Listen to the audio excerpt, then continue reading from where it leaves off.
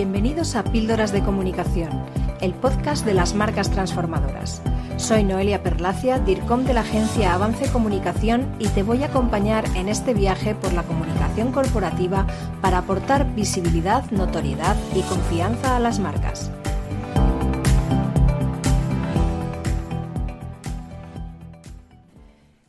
Estamos en plena campaña electoral para las elecciones municipales y autonómicas, apenas un aperitivo para la cita electoral de las generales, que se celebrarán a finales de año. Como ya se sabe, en campaña los políticos se lanzan a difundir promesas, consignas, acusaciones a sus contrarios y todo tipo de mensajes en una carrera por conseguir visibilidad, impacto y llamar la atención. La campaña es el caldo de cultivo ideal para analizar diversas prácticas de comunicación, buenas y malas, de los distintos partidos y candidatos. Hay que tener en cuenta que cada partido sigue una estrategia diferente en función de los resultados que espera alcanzar. Unos mantener sus posiciones de poder y otros conseguir mejores resultados y derribar al contrario.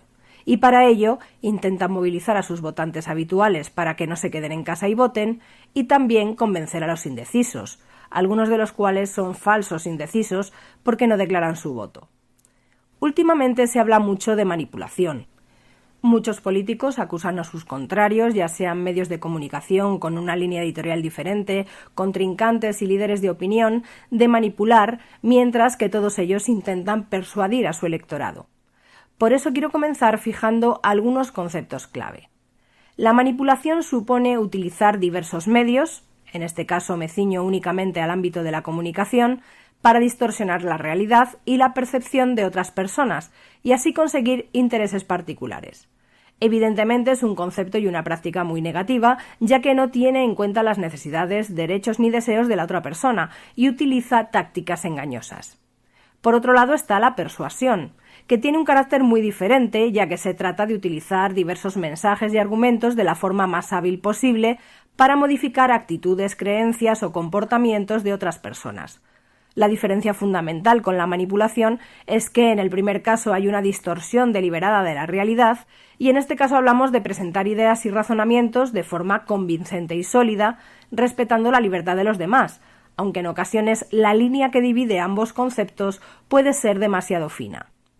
En un mundo ideal, todos deberíamos aspirar a la asertividad, es decir, comunicar nuestras ideas, sentimientos y necesidades de una forma clara, directa y respetuosa, sin agredir a los demás y sin miedo a que nos desaprueben o nos rechacen.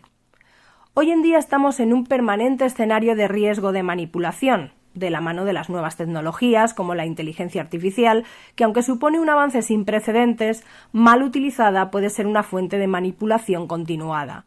Pero esto no es nuevo. En 1938, Orson Welles ya provocó un pánico social sin precedentes con su famosa dramatización radiofónica La Guerra de los Mundos, que relataba una invasión extraterrestre de una manera tan realista y convincente que los oyentes no pudieron distinguir realidad de ficción.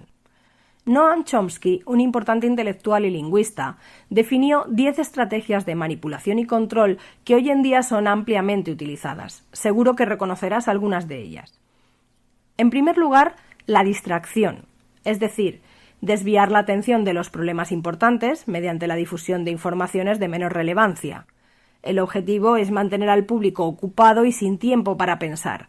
Esto hoy en día es potenciado a su máxima expresión debido a las redes sociales, por ejemplo. En segundo lugar, crear problemas para después ofrecer soluciones. Esto es muy habitual en el ámbito político, crear problemas que no existen o dar difusión a situaciones que actualmente no son un problema para generar un ambiente en el que la población acepte medidas para solucionarlos. En tercer lugar, la gradualidad, que supone aplicar de forma paulatina una medida que de otra forma no sería aceptable. Es lo que ocurre con el famoso ejemplo de la rana a la que se mete en agua fría y gradualmente se va calentando el agua. El animal muere sin darse cuenta y sin hacer nada por escapar. En cuarto lugar, diferir, que consiste en presentar una decisión impopular como necesaria para ser aplicada en el futuro. El público tiende a aceptar los sacrificios futuros mejor que los inmediatos, con la esperanza de que si las cosas mejoran, dicho sacrificio será evitado. En quinto lugar, infantilizar al público. El objetivo de tratar a la gente como si fuesen débiles, infantiles o poco capacitados busca una respuesta sin sentido crítico, propia de personas con estas características. En sexto lugar, usar un tono emocional. Como ya se sabe, los humanos tendemos a decidir con el corazón y justificar nuestras decisiones con la cabeza, por lo que llegar a tocar las emociones permite inducir comportamientos con mayor facilidad.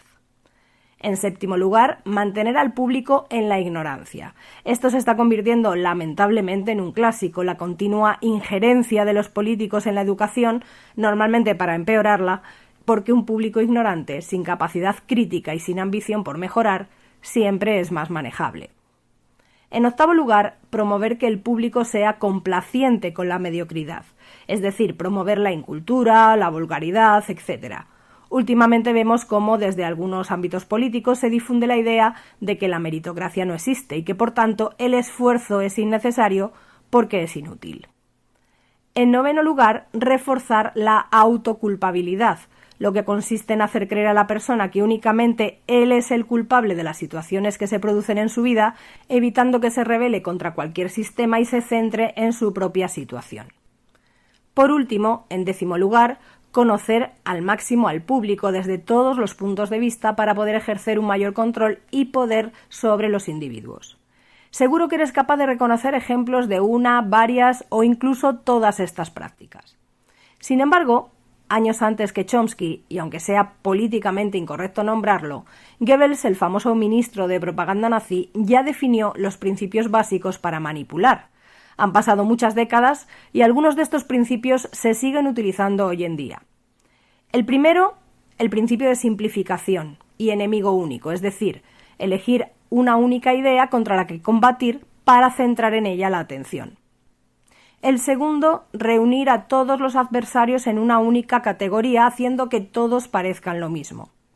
El tercero, el principio de transposición, cargando en el adversario los propios errores y respondiendo siempre con un ataque.